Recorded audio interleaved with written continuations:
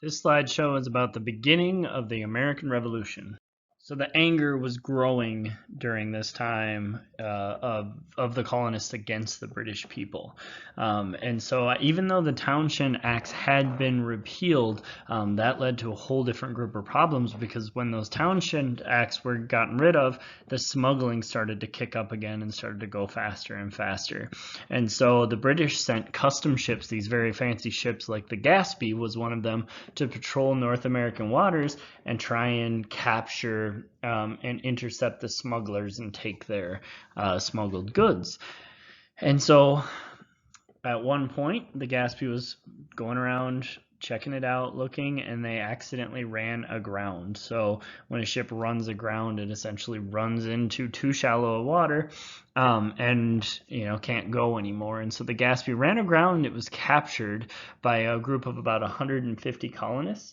And these 150 colonists burned the ship. They burned it all the way down. And so these colonists were taken to Britain for trial. And so the people were very upset, because they said even though they had done a crime, they deserved a jury of their peers, because that was what their rights as a British citizen said that they could have. And so, there's one thing that's really starting to frustrate the colonists. Secondly, the colonists started to, or I guess it's an anger thing, but when Rhode Island sent a letter to the House of Burgesses asking for help in Virginia, Thomas Jefferson, one of the members, thought, you know what, that's kind of interesting, this letter writing. And so he suggested that the colonies all create a committee of correspondence, or committees of correspondence. And so what that is if they would like to have every single colony have a committee that's job was to communicate with the other colonies, and in particular about British activities, but really about anything. And what this did is it brought the colonies together. They can now work together. They could communicate with each other. And so that allowed them to work together better. And so soon after, in May 1773, the British East India Company had a problem. They were in major debt. And so what Britain did to fix that, or to help them out, was pass the Tea Act of 1773. Before the Tea Act of 1773, the colonists were smuggling in Dutch tea, which was much cheaper. And so they were smuggling that in. And what happened is the British East India Company now had over 17 million pounds of tea that it had to sell, and it had to sell quickly. And so what the Tea Act actually did was take taxes down. It reduced taxes on tea shipped to the colonies by the British East India Company. And so what happened is more people were willing to buy this now cheaper tea, the British tea, and the smuggling started to go down, and the colonists were angry. And they were angry, for a couple of different reasons. The merchants who had been, making the money off the Dutch tea were angry. They were scared that the British were trying to get rid of their business, and it angered just the regular colonists who did not want to pay the tax at all. And now, even though it was reduced, they ended up paying that tax. And so what they decided is that the East India Company was shipping in about 1,253 chests of tea to Boston, New York, Philadelphia, Charlestown, and the committees of correspondence got together and wrote letters and decided this should not happen. This tea cannot be unloaded. We can't allow it to happen. And so in Boston Harbor, a group of men, about 150 men, started to gather on a Boston dock. And they ran out and boarded the ships, opened up the holds, and dumped out a lot of the tea. They dumped out 342 chests of British East India tea into the Boston Harbor, ruining it and losing that group money. Okay, and as this was happening, the crowds were on the shore cheering. And it said, a witness later testified that Sam Adams and John Hancock were both out there dumping tea off. And this was known as the Boston Tea Party. At this point, after the Boston Tea Party, the British were very frustrated and angry and tired of the colonists' actions. And so they started to make laws that really attacked the colonists and very much frustrated them. And these were a group of acts called the Intolerable Acts. Okay, the Intolerable Acts First off, the Coercive Act was one that had multiple parts. And in the Coercive Act, as a response to the Boston Tea Party, and that's what this is, a picture, a cartoon of, they've got all these acts and they're forcing them down the colonists' throat here. They're making them do it. And so first thing was the Boston port was closed until Massachusetts paid the East India Trading Company until they paid them for the tea. The Boston port was going to be closed and nothing could be allowed to come through it. And then they said that instead of the people of New England appointing their own officials and approving or making their own town meetings, now the British appointed governor had to appoint all of these officials and had to approve if any town meetings were happening. So now these people did not have that self-governance that was so important to one of their values. Thirdly, it allowed the trials of the British soldiers. If the soldiers did anything wrong, they could be sent back to Britain and tried over there, as opposed to being tried in America where their crime was committed. And then last, it's had a quartering act, which said that local officials would have to keep or have to lodge these British troops. And so if British troops had to come over, they got to stay in people's homes wherever the disturbance was happening, if it was necessary, if they didn't have anywhere else to stay. So a British troop could come in and take over your home and stay in there. And so in order to enforce this, the British sent a bunch more troops, and they appointed a General Thomas Gage as the governor. Okay. The other intolerable act that happened was the Quebec Act, and really this was maybe even a bigger deal. It took away less rights, but it was just kind of saying, you guys are done. The colonies will not grow. Because the Quebec Act said Quebec, which was part of Canada, the Quebec would have a governor and a council that was appointed by the king that would run it. So it would not be run by anybody who was not appointed by the King of England. And what they did to be really sneaky is they extended Quebec down to the western edge of the colony. So if the colonials moved west or took more land or more territory, then they would live in a territory that had no elected assembly. So they basically moved to an area where they had no rights to make these complaints that they were making right now. So war was seeming more and more inevitable when the First Continental Congress got together. On September 5th, 1774, 55 delegates met in Philadelphia for the First Continental Congress. They represented 12 of the North American colonies, so Florida, Georgia, Nova Scotia, and Quebec did not come, but all the other ones came. And they were kind of split at this time. Some thought, we can still compromise with Britain and it's okay. And others thought, we have to fight them. This has to be an all-out revolution. We have to get our freedom completely. So they compromised and they issued something called the Declaration of Rights and Grievances. Basically what this said is, we're still loyal to you, King. We still are on your side and part of Britain, but not only are the coercive acts bad, but you should apologize. You can't just get rid of them. It was a nasty, terrible thing to do. And so they did that, and then they agreed to enforce a boycott, so no more buying any British goods until this was resolved. And then they said, if the crisis is not resolved, we have a plan, and if it continues, we're going to meet at such and such date for the Second Continental Congress. So that's what they got done during that first time. But this is the first time that all these representatives from all these different colonies came together to give a united front. In Massachusetts, there were other things happening. The Assembly went against the British and organized a Congress together. They organized this whole, it's called Massachusetts Provincial Congress, and in that they formed something called a Committee of Safety.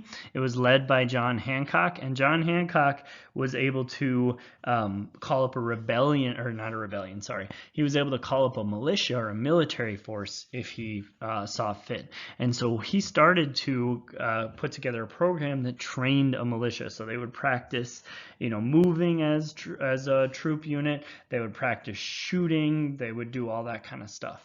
And this special unit was known as the Minutemen. line.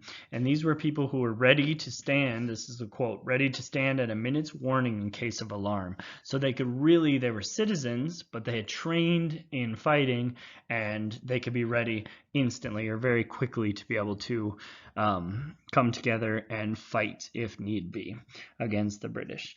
And so at this point, there are two groups of people. There are loyalists and patriots. The loyalists, a lot of them were the government officials, the Anglican ministers, a lot of the richer merchants, people that got a lot of their power because of their station in society, really were loyalists, and they stayed loyal to that British government. The patriots, however, were a lot of the middle and lower class people, and then a lot of the merchants who had been engaging in the smuggling. And they believed that the British had overstepped their bounds, had done too much, and had become tyrants, and the only way to fix that was to have a revolution and get their independence. Take a minute to answer this question. So it was then that the British started to attack and the battles really truly began. General Gage was sent, and he sent out 700 troops to take supplies from a supply depot in Concord. Okay, so Concord is right here on this X that I'm setting on that map here. All right, and so they left from Boston and marched down to all the way down to Lexington and Concord. Paul Revere, William Dawes, and Samuel Prescott took off on a very famous ride through the night to warn the Minutemen that the British were coming. Not all of them made it. Some of them were detained, but Samuel Prescott was able to get through and warn them that the British were coming. And so 70 Minutemen were waiting for the British when they got to Lexington. So Lexington's about halfway here. And when they got to Lexington, they met those 70 Minutemen. They fought for a while in the city commons, and then they were forced to retreat. The Minutemen were forced to retreat. And so the British continue pushing on with their 700 troops. And at the end here in Concord, when they got there, they saw that most of the supplies had already been gotten rid of because of the quick work of the horsemen. And also that there were 400 colonial militia waiting for them at the North Bridge.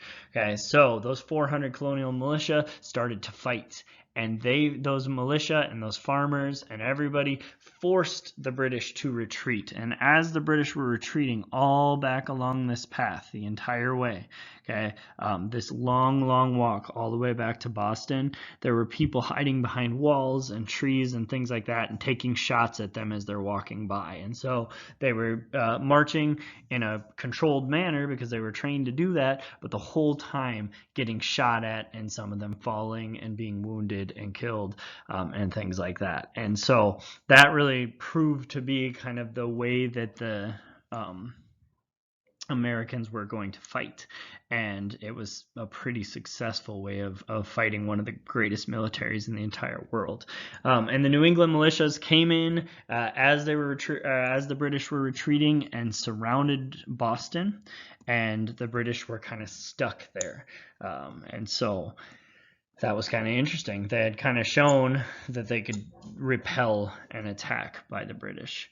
Then the Second Continental Congress came in because, of course, they had not actually solved the problem yet.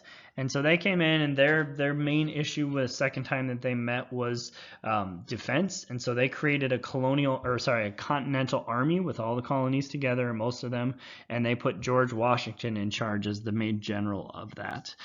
Soon after George Washington was put in charge, the Battle of Bunker Hill took place. If we can see right on this map, there's Boston, okay, and here's the tip of Boston. So that's where the British were, and they got on their ships and came up, and they were trying to get off of the island, okay, and so they were going to take these hills. And so here's Breed's Hill, and here's Bunker Hill. And they sent 2,200 troops, and they started to attack these areas, which had some defenses set up on them by the Americans. And as they were coming up and running up Bunker Hill at the men, their commander said don't shoot until you see the whites of their eyes. Like, wait until they're very, very close and then shoot, because then it's difficult to miss and you can cause a whole lot of casualties, which is deaths and wounded. And so the Americans had these defenses built. They waited till they were really close, and then they started shooting, and they were able to cause 1,000 casualties, that's deaths and injuries, before the Americans ran out of ammunition and did have to retreat. So they lost the battle. They lost the Battle of Bunker Hill, but they had put so many casualties on the British that it showed that the Continental Army could stand up and fight against the best army in the world. So even though all of this had already happened and fighting and death had happened, not all Americans, not all colonials wanted to break with the British Empire. And so in 1775, they sent out something called the Olive Branch Petition, and they sent it. It was sent by the Continental Congress to King George III, and all it asked was for the king to call off hostilities, stop fighting, stop the war, and let's negotiate. He was so angry about the attack that he wouldn't even look at it. He would not even read it. He would not listen to anybody who was trying to get him to even look at it. Instead, he created something called the Proclamation of Suppressing Rebellion and Sedition. So he wanted to stop it. And so he said, I call on all loyal British subjects to bring the traitors to justice, fight them, arrest them, whatever it takes, bring them to justice. And so as this was happening, the Americans and the Continental Congress authorized an attack in Quebec. What they were trying to do is they attacked the British in Quebec. They wanted to get the French, who were living there still, to rebel as well and join them. This didn't work. This was a failure to try and get the French to join at this time. But seeing that nothing was going to happen, no compromise was going to happen, the Continental Congress had to get to work, because they had to, act like their own government. So they started to negotiate with the natives and figure out different treaties and stuff like that. They made up a postal system where they could send letters back and forth, and they set up a navy with ships, warships, and marines.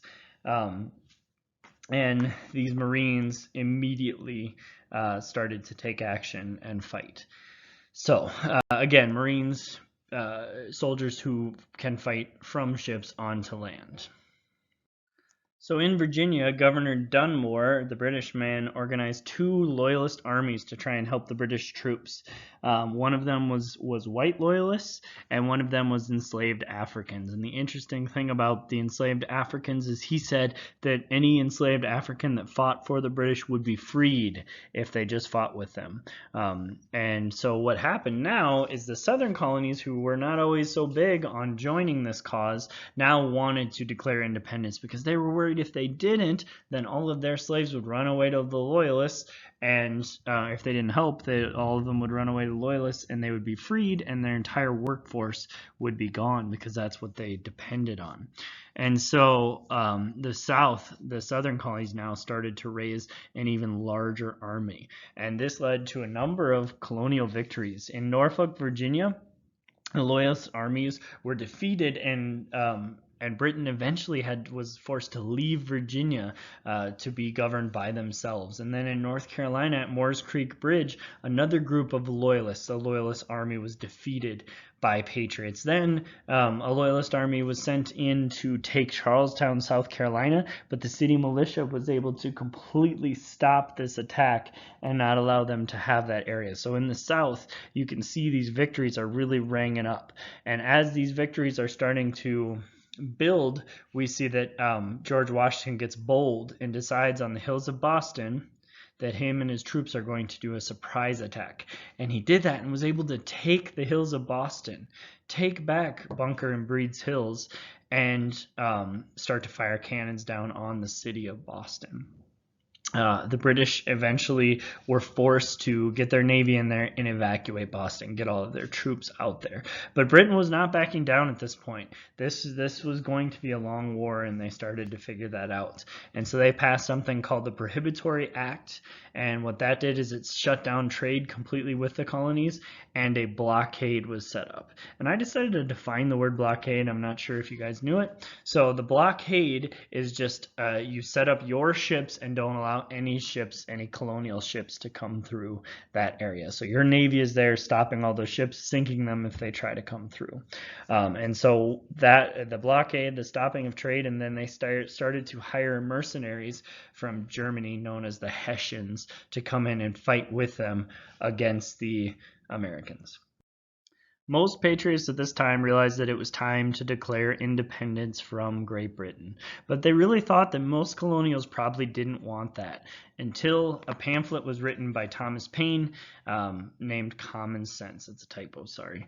It's just Thomas Paine, no D there. Okay, named Common Sense. And essentially what he did is he turned the blame and took it away from the Parliament, which is what most people thought was to blame. That's who they thought was to blame.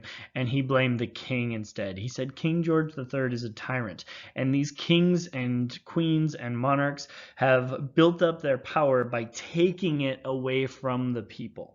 Okay, and so basically he was a tyrant. It was time to declare independence. And this sold so fast. 100,000 copies sold in the colonies in 3 months. People started to read this. People's opinions started to change so much that the Congress in early July of 1776, a committee headed by Thomas Jefferson submitted this document about independence that Thomas Jefferson had written. They looked over it, they decided on what should be included and what shouldn't, and on July 4th, 1776, Independence Day, right? July 4th, the Declaration of Independence was issued, and officially the American Revolution had begun. Take a minute to write out 3 questions that you have from the notes so far. If you don't have any, just write 3 test questions that you might see on a quiz.